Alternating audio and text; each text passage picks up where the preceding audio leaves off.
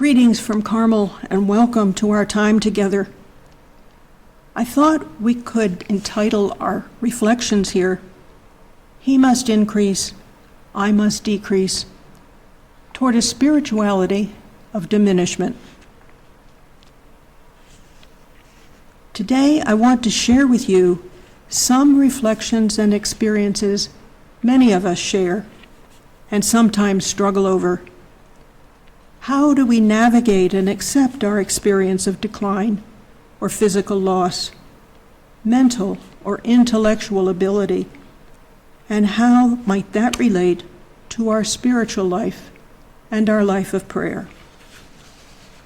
Perhaps my props for this sharing are the same as yours: cane, glasses, hearing aids, and magnifying glass. And then there are the scribbled Post-it notes on cabinets and doors, by telephones. You all have your places and left to leave them.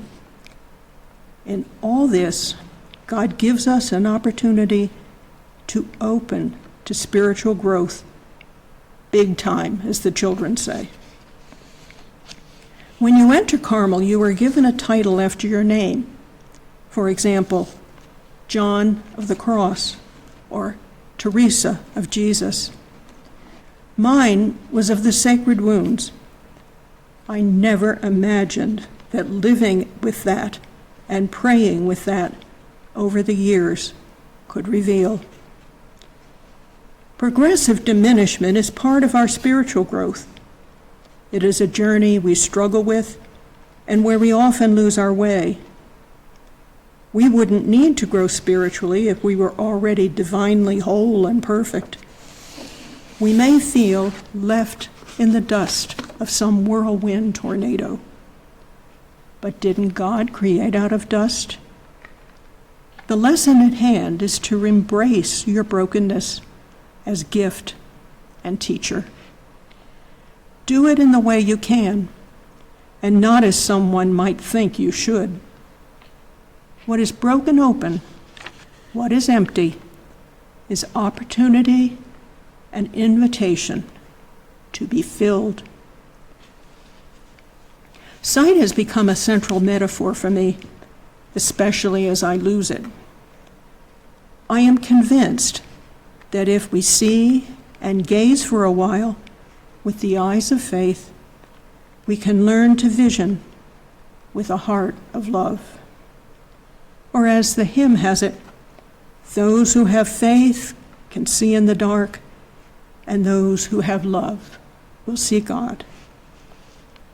We can see things from the margins that we can't see when we were in the middle of things, and we can gain a perspective that we never had before because we look from a place we never were before. Physical sight can be lost, but we can be led to see differently in both spiritual and physical ways. Sometimes loss is gain. It all depends on our perspective. Diminishment itself is a journey. Sometimes diminishment is a pilgrimage. It can open our space. It can broaden our horizon. When we lose what we always thought was essential, there is a real freedom to discover what we never knew was there, what we never saw or experienced before. I have been deeply consoled by Teilhard de Chardin's insight into conversion. The coming into wholeness depends in large part on progressive diminishment and the passivities of diminishment. One can't grow if one doesn't begin with acceptance. Would we need to continue to grow if we were already whole? Our diminishment can create an opportunity for interior growth. The spirituality of the Carmelite saints has been an enormous help to me in my own experience of diminishment. Sight, hearing, memory, and mobility. They teach us that loss can be gain. John of the Cross reminds us that the dark night of the soul is intimately tied to the ascent of Mount Carmel. I firmly believe that Teresa was right when she counseled her sisters. What is necessary, daughters, is to be content with little. And I am convinced she didn't just mean little in the material realm, but little in countless other things. The snatches of consolation, the glimmers of hope, the slivers of support, the crumbs of consolation, the whispered word of support, the hands that grab your arm when you're ready to fall. Thankfulness for the little things helps them grow. And maybe we have to live with the little things a long while before we see the progress. Perhaps some of the most obvious losses are noticed on the physical level. Our visual sight declines, and we compensate by glasses, magnifiers, large print books, audio tapes, and other assistive devices. Our hearing declines, and we compensate with volume controls, hearing aids, and closed captioning. Walking is harder, and we rely on canes, walkers, wheelchairs, and a friend's arm. Running is out of the question. I find it helpful to remember that if you yourself are no longer running races, you can become the ground that others can travel on. If you're left in the dust, you can shake it off and walk through it. Those prints we leave behind might just be large enough for others to read and follow out of some darkness. When your song and your voice seem silent, up the volume so that your fellow travelers can join in and you all become a chorus of hope. To play with the song lyrics a bit, how can I lose abilities? Let me count the ways, and there are plenty of ways to lose them. Cognitive loss can include memory, reasoning, words to express yourself clearly. Lest we forget, and that pun is intended, we are reminded by spaces cluttered with Post-it notes and silence pierced by the bing of a cell phone. And then there is always some generous soul who will repeat as discreetly as possible what was just said in a conversation. We can stumble along searching for how to respond or express ourselves, how to find our words. Our emotional responses change from what we had always known, and sometimes we don't recognize them ourselves. There is social loss when one can't be part of an exchange or conversation. A sense of isolation or even exclusion can be common. Bonds are more difficult to establish and maintain if one of you can't see or recognize invitations to participate and build on them, or if it simply doesn't occur to those in a group that the process of inclusion is as important as the end result of the discussion.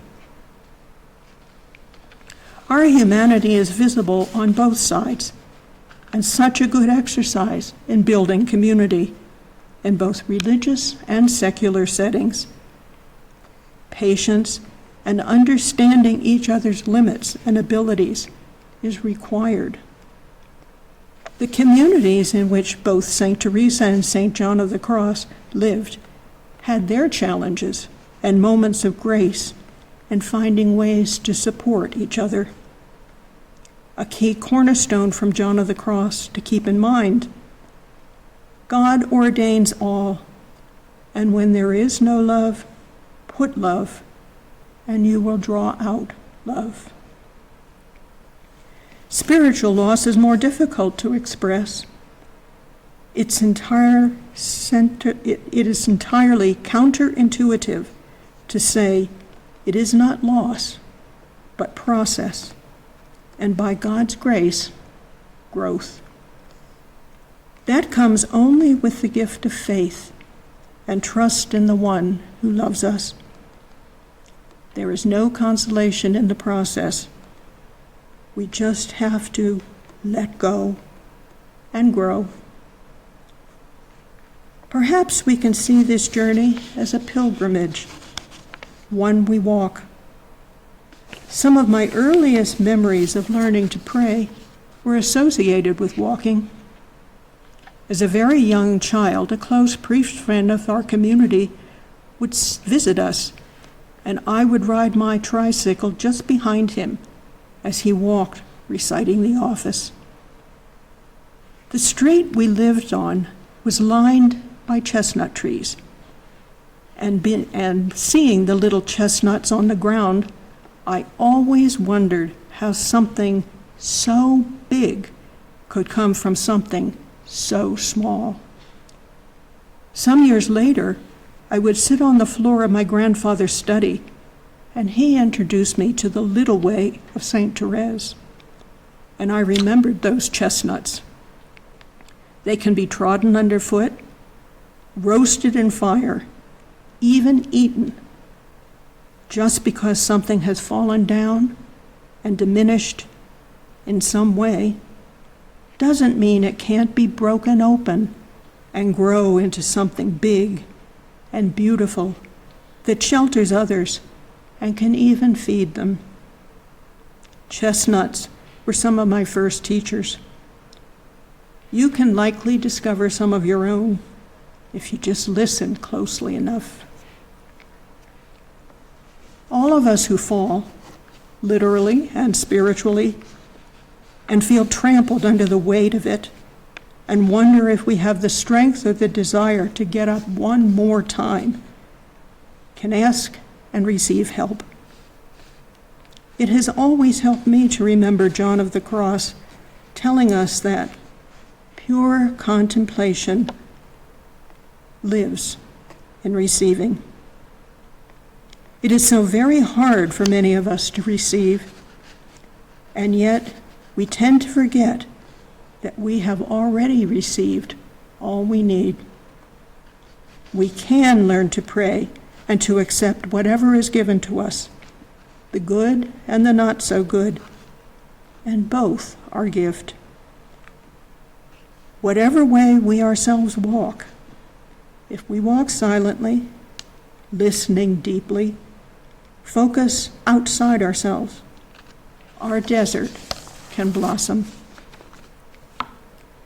Through the years, I have discovered many examples of this.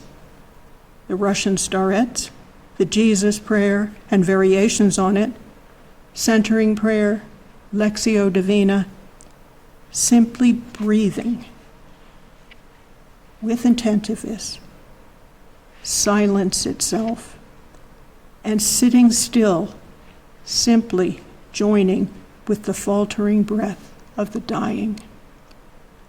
All are ways that both body and spirit pray without the need to think or reason or studiously study. And they don't require hearing aids, glasses, or any assistive device beyond grace. Prayer becomes the practice of God's presence in whatever the moment brings, however we can accept and respond. No need to think about it. No need for some technique you have to practice. That is a gift in itself, especially when on some days you just can't think clearly or even at all.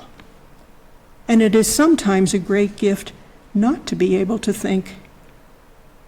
When I was younger, I walked on the beach near a fishing village on an island in Brazil, and the utter silence was prayer. The waves, the tide, spiders, bugs, scorpions, and birds the bee shoes that burrowed into your skin, the long walk to the village for water, the glorious sunrises and sunsets, the swing of the hammock bed, the hiss of the Bunsen burner stove. You had to make friends with black widows and dark fears and insecurities. Learn lessons in kindness and generosity from people who lived in utter poverty. And there was, all there could be, was simply to be, with or without focus on physical, mental, or emotional realities. The richness of being diminished can be one of the most important classes in our lives.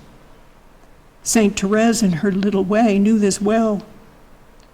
It might be a good idea to reflect on where and when we have had those kinds of experiences and learn to see them as prayer. Here in Nevada, we have physical desert, but almost anywhere there are deserts of deprivation, poverty, illness, loneliness. And we have our own personal deserts. There are great spiritual masters, teachers in these places. When we are close to others who are diminished in their own ways, our own diminishment shrivels away. You can't survive on thoughts. Your whole heart, soul, and body are thirsty. You thank God for your assistive devices of good friends, spiritual practice, and the body of Christ in all its forms. In every one of these examples of diminishment, we find companionship and support for our own. Simon of Cyrene helped Jesus carry his cross. If we gather together to carry each other's crosses of diminishment, we are given to carry eyesight, hearing, mobility, mental or physical capacity. We support each other's burden. This is a profound kind of spirituality. Our diminishment can become rich indeed, and our deeds a rich sharing in God's love for each of us. We see things, hear things, and begin to embrace things that God has always embraced. Then we can begin to be freed from a sense of somehow being reduced by diminishment, and live it as a gift that it is for us and for the whole body of Christ. In some mysterious way, the less we are, the less we have, physically and every other way, the more space God has to accompany us on the journey to wholeness and holiness. How very true and how very valuable are John the Baptist's words. He must increase, I must decrease. Maybe we can learn to see that our decreasing physically and mentally are truly gifts tailor-made for our own individual spiritual journeys. God fills our losses with love and grace. Let us join together then in prayer for one another, for those who cannot pray, those who do not have the spiritual support that we have. When I get the urge to try everything I can think of to remain independent in my daily personal and community life, I remind myself of St. John of the Cross's admonition. Pure contemplation lies in receiving. God bless you all, and maybe we can be companions on the journey together.